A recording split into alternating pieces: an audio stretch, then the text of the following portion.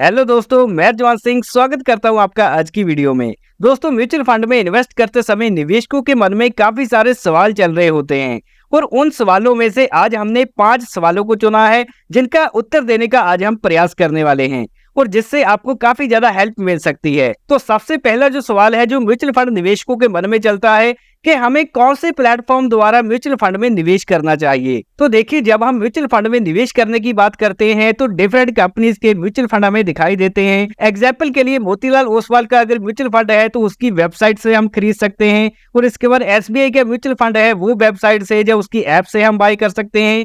लेकिन सवाल ये आता है कि अगर हम डिफरेंट कैटेगरीज के डिफरेंट कंपनीज के म्यूचुअल फंड बाय करते हैं तो हम एक जगह उन्हें ट्रैक भी कर सके। तो वो ट्रैक करने के लिए अगर हम डीमैट अकाउंट द्वारा अपने म्यूचुअल फंड्स को बाय करते हैं तो वहां ट्रैकिंग काफी आसान हो जाती है। तो अगर हमें म्यूचुअल फंड्स को बाय करना है तो कौन से प्लेटफॉर्म से बाय करना चाहिए, तो इसका जवाब बहुत ही आसान है। क्योंकि अगर हमें किसी बैंक में अकाउंट ओपन करना है और हम चाहते हैं कि क्वालिटी भी अच्छी हो, सर्विसेज भी अच्छी हो, तो हम इंडिया की टॉप कंपनीज का चुनाव करेंगे। जैसे अगर हमें बैंक में अकाउंट ओपन करना है तो हम प्राइवेट सेक्टर में HDFC bank, Kotak Mahindra bank या फिर ऐसी आईसीआई बैंक का चुनाव कर सकते हैं और सरकारी बैंकों में एसबीआई बैंक का चुनाव कर सकते हैं। तो उसी प्रकार से अगर हमें एक बेस्ट प्लेटफॉर्म चाहिए जिसके द्वारा हम म्यूचुअल फंड्स बाय कर सकते हैं तो हमें इंडिया के टॉप डिस्काउंट ब्रोकर्स में से किसी एक को चुन लेना चाहिए। क्योंकि ये जो डिस्काउंट ब्रोकर्स होते हैं इनकी मेंटेनेंस काफी सस्ती होती है। तो अगर आप एक साल का देखेंगे तो डिस्काउंट ब्रोकर्स में ज्यादा से ज्यादा 400 रुपए का खर्चा आता है।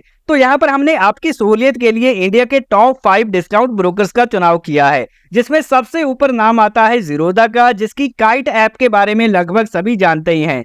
तो काइट ऐप का उपयोग लोग करते हैं शेयर्स को बाय सेल करने के लिए, लेकिन म्यूचुअल फंड्स बाय करने के लिए इन्होंने ज़ीरोधा कॉइन के नाम से ऐप को डेवलप किया है। तो इस ऐप की मदद से आप म्यूचुअल फंड्स को आसानी से बाय कर सकते हैं और यहाँ ट्रैकिंग सिस्टम भी काफी बढ़िया है। और वहीं अगर हम दूसरे नंबर पे बात करें तो यहाँ पर नाम आता है ग्रो ऐप का, जो कि इंडिया के टॉप ब्रोकर्स में शामिल है। तो ग्रो ऐप की मदद से भी आप म्यूचुअल फंड्स में निवेश करना शुरू कर सकते हैं। और यहाँ पर नंबर 3 पे अगर हम बात करें तो नाम आता है अपस्टॉक का, जो कि टाटा ग्रुप की कंपनी है। तो डीमैट अकाउंट की चाहे हम बात करें चाहे म्यूचुअल फंड्स बाय करने की बात करें तो इनमें काफी अच्छी सर्विस हमें देखने को मिलती है। और नंबर 4 पे एंजल वन का नाम आता है। एंजल वन का प्लेटफॉर्म भी काफी ज्यादा पॉपुलर है। और नंबर 5 पे नाम आता है IND मनी नाम के प्लेटफॉर्म का, जहां पर इंडिया की स्टॉक मार्केट में भी निवेश करा जा सकता है और यूएस की मार्केट में भी निवेश करके चल सकते हैं। और म्यूचुअल फंड में निवेश करने का भी यहाँ बेहतर ऑप्शन है। तो अगर आप निवेश करने के लिए कोई बेस्ट प्लेटफॉर्म का चुनाव करना चाहते हैं तो इन टॉप 5 कंपनीज में से किसी एक का चुनाव करके चल सकते हैं। और इसके बाद हम बढ़ते हैं दूसरे सवाल की ओर, जो कि ज्यादातर निवेशकों के मन में चलता ही रहता है कि अगर हम म्यूचुअल फंड में निवेश करते हैं तो हमें कितना टैक्स देना होगा। तो इस सवाल का अगर हम सीधा सीधा जवाब देखें तो ये है कि म्यूचुअल फंड में जब आप निवेश करते हैं तो आपको किसी भी प्रकार का टैक्स नहीं देना पड़ता। लेकिन जब आप म्यूचुअल फंड में किए गए निवेश से प्रॉफिट बुक करते हैं तब आपको 2 प्रकार का टैक्स देना पड़ सकता है। आइए इसको डिटेल में समझ लेते हैं। तो यहाँ पर अगर आप एक साल के अंदर अंदर ही अपनी म्यूचुअल फंड इन्वेस्टमेंट से प्रॉफिट बुक करते हैं तो उस प्रॉफिट का आपको 20% short term capital gain tax के रूप में देना पड़ सकता है। और नंबर 2 पे आता है long term capital gain tax, जो कि 12.5% का है। तो ये कैपिटल गेन टैक्स तब लागू होता है जब आपकी म्यूचुअल फंड इन्वेस्टमेंट को 1 साल से ऊपर का समय हो जाता है और आपका जो प्रॉफिट है वो 1,25,000 से ऊपर का होता है। तो 1,25,000 के प्रॉफिट तक आपको long term capital gain tax नहीं देना पड़ता। तो मान लीजिए अगर आपको 1,30,000 का प्रॉफिट हो रहा है तो जो 5,000 बचा उसमें आपको 12.5% का कैपिटल गेन टैक्स देना पड़ता है। तो इस तरह से 2 प्रकार के टैक्स हमें म्यूचुअल फंड से किए गए प्रॉफिट पर देने पड़ते हैं। हाँ, लेकिन अगर आप अपनी म्यूचुअल फंड इन्वेस्टमेंट से प्रॉफिट बुक नहीं करते, लगातार इन्वेस्ट करते रहते हैं, तो तब तक आपको किसी भी प्रकार का कोई कैपिटल गेन टैक्स नहीं देना पड़ेगा। और इसके बाद हम रुक करते हैं सवाल नंबर 3 की ओर, जो कि म्यूचुअल फंड निवेशकों के मन में घूमता रहता है। वो सवाल ये है कि म्यूचुअल फंड में रेगुलर एंड डायरेक्ट प्लान में क्या डिफरेंस होता है और हमें किस कैटेगरी के प्लान में निवेश करना चाहिए। तो यहाँ पर सबसे पहले म्यूचुअल फंड के रेगुलर एंड डायरेक्ट प्लान में डिफरेंस की बात करें तो यहाँ पर एक मोटा मोटा डिफरेंस ये है कि जो डायरेक्ट प्लान है उसमें किसी भी प्रकार का एजेंट का कमीशन नहीं होता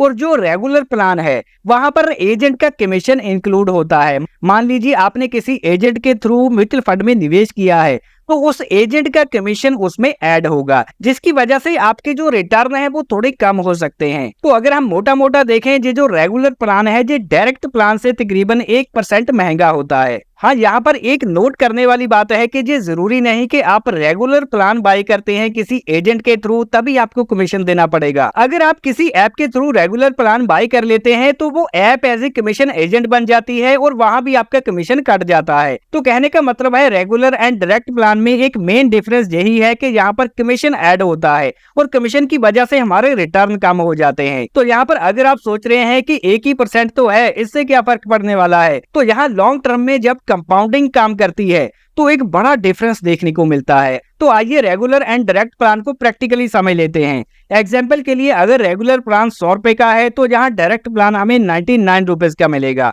और अगर हम प्रैक्टिकल एग्जाम्पल में किसी फंड का नाम लें, जैसे SBI small cap direct growth है, इसका एक्सपेंस रेशो है 0.72% का। और वहीं अगर हम रेगुलर प्लान की बात करें तो यहाँ पर एक्सपेंस रेशो 1.58% का बन जाता है, क्योंकि इसमें एजेंट का कमीशन ऐड हो जाता है। तो यहाँ पर आपको प्रैक्टिकली समझाने के लिए SBI स्मॉल कैप का हमने डायरेक्ट ग्रोथ प्लान लिया है और साथ में रेगुलर ग्रोथ प्लान दिया है। तो यहाँ पर अगर आप डायरेक्ट प्लान की बात करें तो पिछले 5 सालों में इसने 275% के रिटर्न बना के दिए हैं और वहीं जो रेगुलर प्लान है उसने 257% के रिटर्न बना के दिए हैं। तो यहाँ पर आप देख सकते हैं कि 5 सालों के टाइम पीरियड में रेगुलर ग्रोथ के मुकाबले डायरेक्ट ग्रोथ ने 18% के ज्यादा रिटर्न बना के दिए हैं। तो लॉन्ग टर्म में देखने में 1% है, लेकिन जब हम कंपाउंडिंग को साथ में जोड़ते हैं तो काफी बड़ा डिफरेंस देखने को मिलता है। तो यहाँ पर हमें सीधा सीधा समझ आ रहा है कि अगर हमें लॉन्ग टर्म में बेटर रिटर्न चाहिए तो हमें डायरेक्ट प्लान्स में ही निवेश करके चलना होगा। और अभी हम बढ़ते हैं चौथे सवाल की ओर, जो कि म्यूचुअल फंड निवेशक सोचते रहते हैं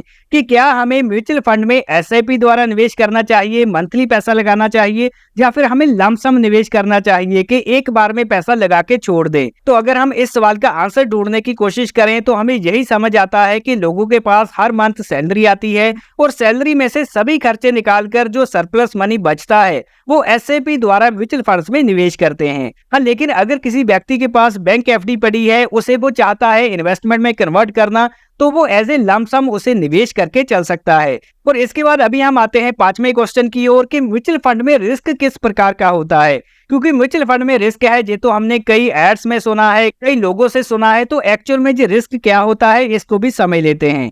तो म्यूचुअल फंड में 2 प्रकार के रिस्क होते हैं। सबसे पहला रिस्क तो ये होता है कि ये मार्केट कंडीशंस पे डिपेंड करता है। इसमें मिलने वाले रिटर्न्स की कोई भी गारंटी नहीं होती। ऐसे नहीं कि FD से जैसे आपको 6-7% हर साल मिल जाता है, जहां म्यूचुअल फंड्स में ऐसी कोई गारंटी नहीं होती। तो जिस प्रकार से शेयर मार्केट में हमें अप एंड डाउन देखने को मिलते हैं, उसी प्रकार से म्यूचुअल फंड में भी अप एंड डाउन देखने को मिलते हैं।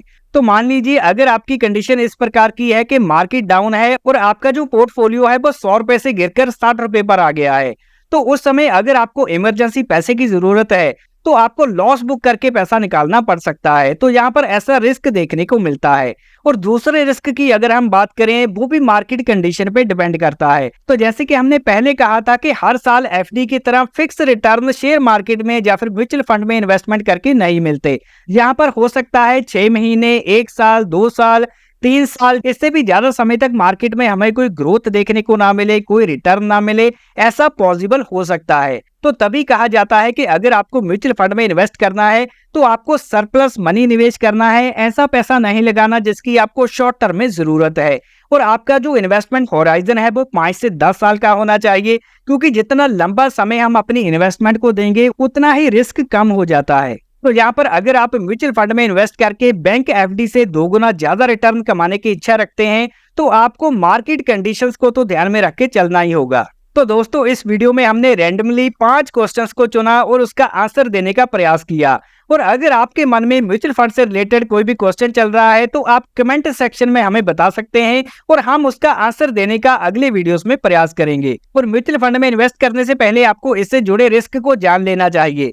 कि म्यूचुअल फंड्स में इन्वेस्ट करना मार्केट जोखिमों के अधीन होता है और इसमें मिलने वाले रिटर्न्स की कोई भी गारंटी नहीं होती और कोई भी म्यूचुअल फंड की पास्ट परफॉर्मेंस ये इंडिकेट नहीं करती कि आने वाले सालों में भी उसी प्रकार के रिटर्न मिल सकते हैं। और हम किसी भी म्यूचुअल फंड स्कीम को प्रमोट नहीं करते क्योंकि हमने जो वीडियो बनाया है एजुकेशन पर्पस के लिए। तो कोई भी इन्वेस्टमेंट करने से पहले अपने इन्वेस्टमेंट एडवाइजर से कंसल्ट करें और इन्वेस्टमेंट से रिलेटेड सभी डॉक्यूमेंट्स को ध्यान से पढ़ें। और अगर ये वीडियो जानकारी से भरपूर लगा हो तो इसको लाइक जरूर करें, दोस्तों के साथ ज्यादा से ज्यादा शेयर करें। वीडियो पूरा देखने के लिए मैं रजवंत सिंह आपका धन्यवाद करता हूँ। मिलते हैं अगले वैल्यूएबल वीडियो में।